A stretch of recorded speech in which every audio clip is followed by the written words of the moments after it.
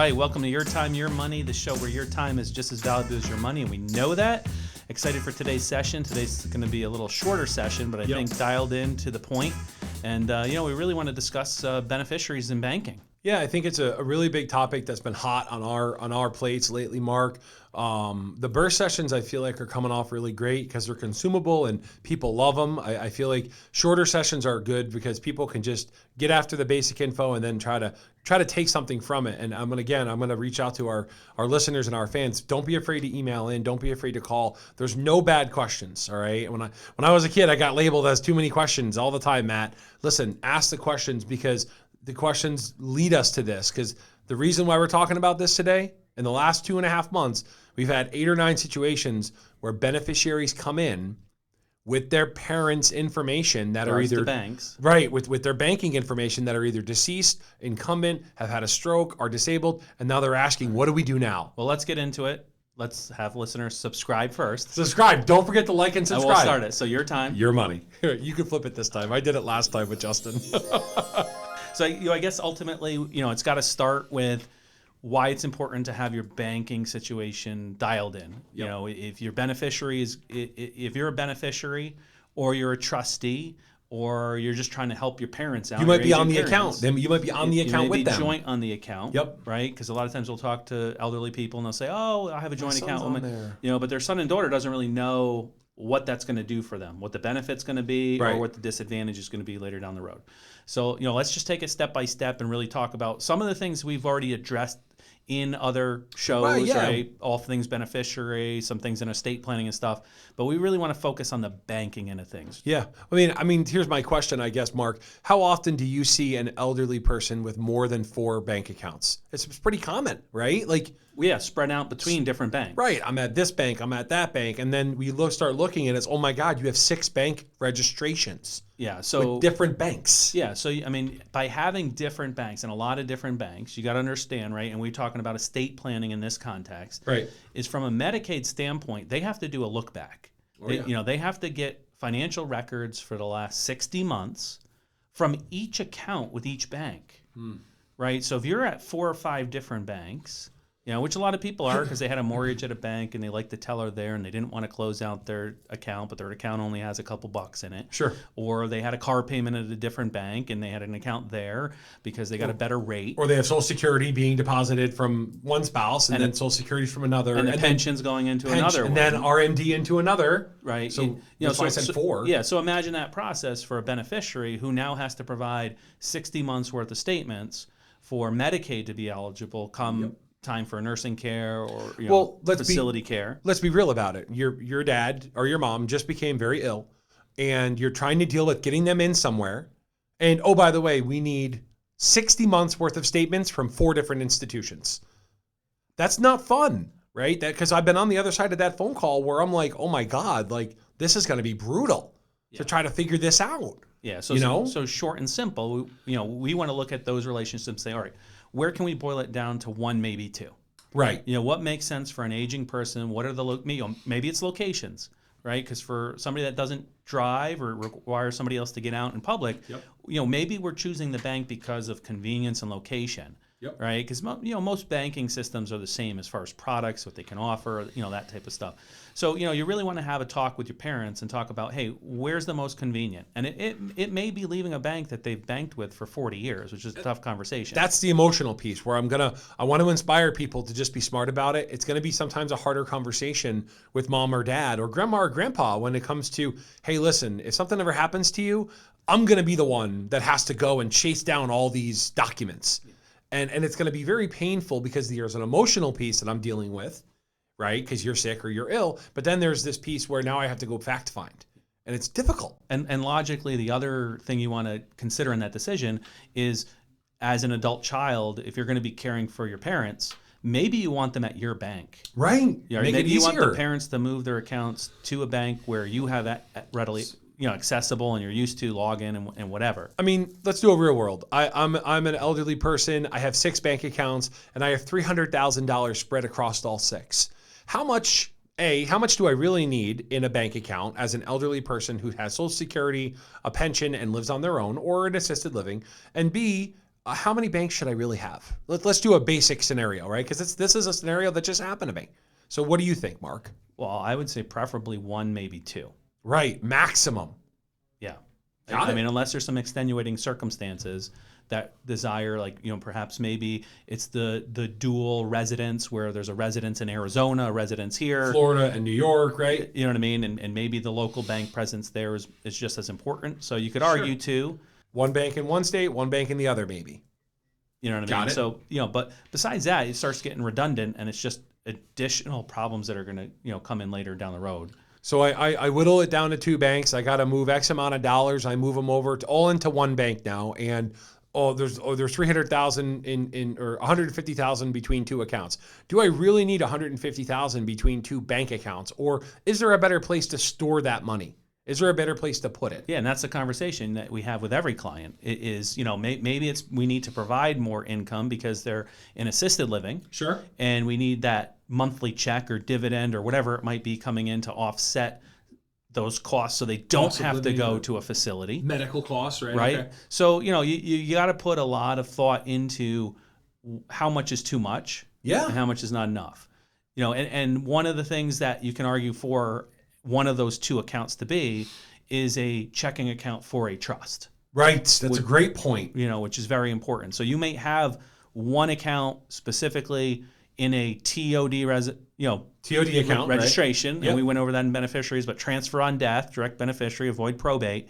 But you might also want to have in that same bank your trust checking account. Which is a separate account because it's registered differently. Yeah. Because it's under the trust registration, Yep. but it's one where your trustee, which is probably the adult child, is going to Probably. be writing checks off, helping with care, helping with things along that. If I need to prepay a funeral, if I need to, do whatever it is I need to do, there's going to be a flow available. Correct. But what's the magic number I should never have over in one bank account? What's the magic number? I'll let you answer this, and then we gotta get. Are to you some relating fun to FDIC? Yeah. What's the magic number? I shouldn't have over in one particular bank account. Yeah. Well, you can make the argument 250,000.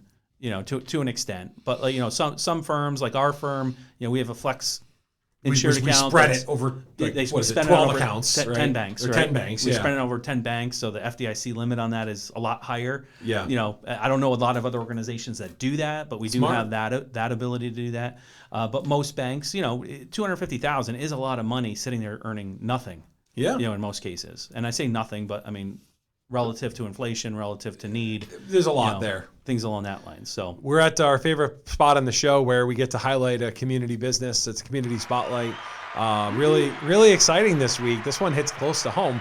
I've been very lucky and blessed to have a wonderful baker in my life, and she just started her own small business. It's you can find her at Chris Cookies Cakes Creations.com. And that is my wife, and she is wonderful. She's doing all kinds of great stuff. It's you're the official sampler. I am the sampler of all the products. No, I mean, listen, she's already picked up 2 or 3 venues. She's done probably 5 events in the last few weeks. And it's great because I start to see people online sharing her stuff. Like, this is, Christine's stuff, and she's unbelievable. You can find her on Instagram. You can find her on Facebook.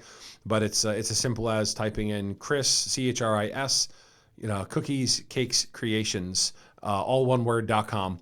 And then it's the same thing at gmail.com for orders. But if you go to the website, it's really interactive. Her slogan should be tasty, tasty, tasty. Right, yeah. Really frustrating, though, because she got to do the dot card, which was ridiculous because the dot card is awesome. And we can't do it. And I'm like, oh, my God, like the dot card. It's so easy. It literally has a Venmo. It has everything on it. And it's like put it on the back of your phone and just swipe it against someone's phone and they get it. And we can't do that. It's very frustrating because I think it would be awesome if we could. Yep. Well, let's get back into the banking end of things. We discussed the Medicaid look back. We discussed having consolidated bank accounts. We should consolidate. Putting things together. 3 accounts maximum, like different, when I say accounts, different banks. Yep. Right? If I have this bank, bank A, bank B, bank C, I feel like that's enough. But you get into 6, 7 banks, guys, it's overkill. Yeah. I think the next step is what form should be on file, right? We talked about TOD, transfer on death, Sure. and how important that is. We're not going to hit home on that anymore. But the other one is POA. That's huge. Right? Power of attorney. A lot of people have power of attorney, but they haven't filed it at their local bank. File it. You have to give it to them. Yeah. You want to give it to them before you need it. right? Because, fiduciary obligation is to make sure it's still in force, and it's something that can be revoked, something that can be limited, it's something that can be changed. So financial institutions want to do their due diligence to make sure that they have the most up-to-date and one that's current and hasn't been revoked. Right. Well, that's hard to do if the person already is incapacitated and has to certify it. Right. So you want to make sure the minute you have a power of attorney, or if you have it now and you haven't filed it, that you want to file it with all your financial institutions, not just bank, but investment firms. Get it on file. Get it on file with the life insurance companies. And that's where, I mean, I knew you were going to go there because it should be on file everywhere. There is a registration. So if it's 6 banks and 4 companies and 3 advisors and, but just on the banking side, if people are worried, oh my God, I got to do this 6 times. No, you don't. We whittle it down. Maybe you only got to do it twice. Yeah, and most firms only need a photocopy. So it's not like you're going to get a notarized or certified copy or anything like that. They just need the photocopy of it. Maybe they might need something called a durable power of attorney certification. Very possible. Just somebody attesting that it's still in force, that you're still an attorney in fact. But you want to make sure that is with all your bank information. Mm-hmm. No, for sure. I mean, again, the whole purpose of this episode was to help people understand that they have some power in the scenario. They just have to ask the right question. And I feel like sometimes as advisors, that's all we have to do is just ask the right question and we get the right result, And it's, do you really need this many bank accounts? Do you really need 6 bank accounts at different places? Or can we consolidate? Can we get them down to 2 so that it's a lot easier for ease of use and for look back, and even if we're going to create a trust or something like that? Yeah. And we've centered this around a trust planning, but but ultimately, if you're 30 some years old and you just got married and your wife has 2 or 3 accounts and you have 2 or 3 accounts, you really should take a seriously look at consolidating down, getting more streamlined. It helps with budgeting, it helps with cash flow and analyzing where your money's going, and less things slip through the cracks. Listen, there's plenty of times where you meet with a couple and they say, well, we do our own banking, and then and it's a struggle there because, well, how do we know what's being spent and how do we know what's really coming in, and what are we missing? What are the dollars we're not seeing? And I understand why people don't want to do it, because they have auto pay tied to a lot of the accounts, and they see it as work to get it transferred over to the new account, sometimes the new it's painful, bank, sometimes and stuff. But life's a lot easier when your money is transparent and you can see it coming and going. And when you have multiple accounts, 6 or 7 accounts, and you're playing this the walnut shuffle where you get the ball underneath. Oh, I supposed to have money over there. Oh, I forgot to move it over there. Oh man, I missed the bill. This bill's coming due or whatever. Just really take a serious look at your bank accounts and work towards something that's more streamlined and convenient for you. If we can be a proprietor of good information, that is to know where you're banking and understand the rules and regulations there. And don't be a person that says, heck with it, we're going to let it ride, and then we'll try to figure it out after the fact. Because let's play the scenario out now, Mark. We have 6 different banks and there's no POAs and we don't know if there's TODs, and now 3 of the banks had no TODs and it was only supposed to go to the other person, the significant other. Well, what happens in that scenario with the kids? What happens? Yeah, that's it. Probate, right? Yeah, they're out of luck. Going to probate. Now we're going to probate. And what does a probate attorney charge? Anywhere 5 to 9% of an estate. Between court fees and everything else. So it could be high. Do the math on it. If we have 6 bank accounts at different banks, and there's $300,000 spread across 6 banks, and there's no TOD, and there's nothing on there to say the beneficiaries are getting it. Well, 10% of 300,000 guys is $30,000. Yeah, even if it's 15 grand. 15 grand is just going away. All because we just didn't I think what's more important is the time that it takes to go through probate. 6 to 8 months, or longer. I mean, I've seen probate go a year. So again, wait, let's point that out though, important. just as a closing statement. Yeah, the reason things take longer through probate a lot of times is because of the amount of accounts that the attorney needs to go through, right? So the more accounts you have, 6, 7, 8, 9, 10 accounts, that have to go through probate because it wasn't consolidated down. Well, time is money in an attorney's mind, right? Right. So, I mean, paperclip's money or stapler's money. Right, yeah, seriously. But it's time of going through them. So it's convenience, it's time, it's getting through probate, more timely. I want to make sure our listeners know, when we tell stories, we tell them from experience. We've seen it happen. And I literally just watched this happen where banking assets had to go to probate and a person had to put a funeral on a credit card.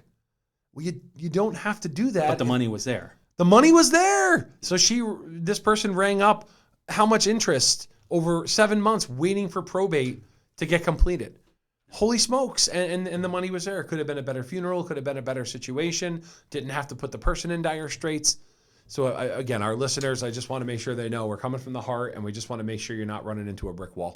So let's get the bank accounts in order. Yeah. And we can move on to other fun topics. So Absolutely. great having you today. We can you always find the Esley Group at 800-222-3202 or at yourtimeyourmoney.net. Please go on YouTube, like and subscribe. Also, can't say that enough. We're getting there, once man. again, we're located at 43 British American Boulevard, Latham, New York, 12110. Your time, your money. It's your time and your money.